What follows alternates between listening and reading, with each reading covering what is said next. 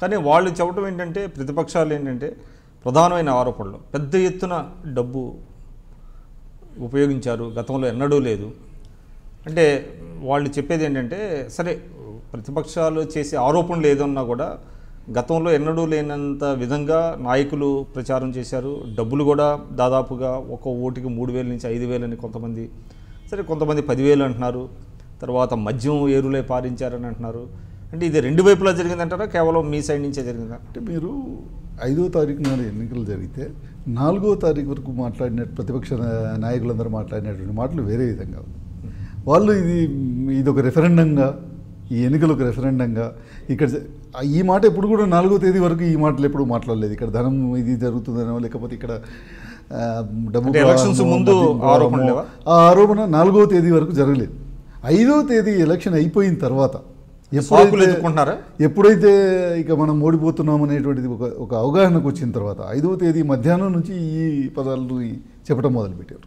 ఒకవేళ నిజంగా అదే వాస్తవం అయితే అది 4వ తేదీ 3వ తేదీ చెప్పి ఉండాల్సింది కదా. అటువంటిది ఎప్పుడు కూడా ఎలక్షన్ ప్రక్రియ పూర్తి అయిపోయి వచ్చి ఓటింగ్కి వచ్చి ఆ ట్రెండ్స్ అర్థమైపోయిన తర్వాత అప్పుడు ఇది తీసుకురావడం జరిగింది. అయితే ఒకటి మాత్రం సాకులు వెతుక్కుంటున్నారని అంతే. ఒకటి మాత్రం నేను చెప్పగలుగుతాను ఏంటంటే, వాస్తవాలను కూడా ఒప్పుకునేటువంటి ధైర్యం కూడా మాకుంది, వాస్తవాలను కూడా చెప్పేటువంటి ఇది కూడా ఉంది. కాబట్టి డెఫినెట్గా కార్మిక సంఘాల్లో గతానికంటే ఈసారి కొంత ఎన్నికల ఖర్చు అన్ని సంఘాలకు కూడా ఎక్కువైనమాట వాస్తవం. అందులో ఎటువంటి సందేహం లేదు. ఓట్లు కొనడం అనేది జరగలేదు. ఓట్లు కొనేటువంటి సంస్కృతి కార్మిక సంఘాల ఎన్నికల్లో లేదు.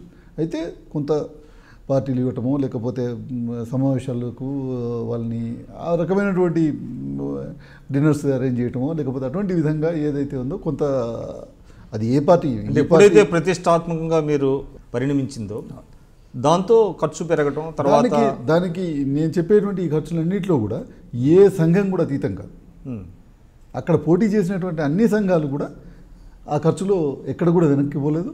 3 సంఘాలు కూడా ప్రధానంగా పోటీ పడినటువంటి 3 సంఘాలు కూడా ఆ ఖర్చుకి అంటే నువ్వా నేను అన్నట్టు ఖర్చు పెట్టినటువంటి సందర్భం అయితే వాస్తవం. అందులో ఎటువంటి సందేహం లేదు.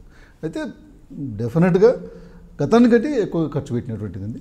కానీ ఈ 3,000, 4,000 కోట్లు, 100 కోట్లు ఇవన్నీ కూడా ఏవైతున్నాయో అవన్నీ వాస్తవానికి దగ్గరలో లేనటువంటి కేవలం 52,000 ఓట్లు ఉన్నటువంటి ఎన్నికలు అవి. అందులో ఇప్పుడు నేను ఒక డివిజన్కి ఇన్ఛార్జ్, నాకు అన్నటువంటి 4,200 ఓట్లు. 4,200 ఓట్లని వ్యక్తిని కలవడానికి అవకాశం ఉన్నటువంటి అవకాశం.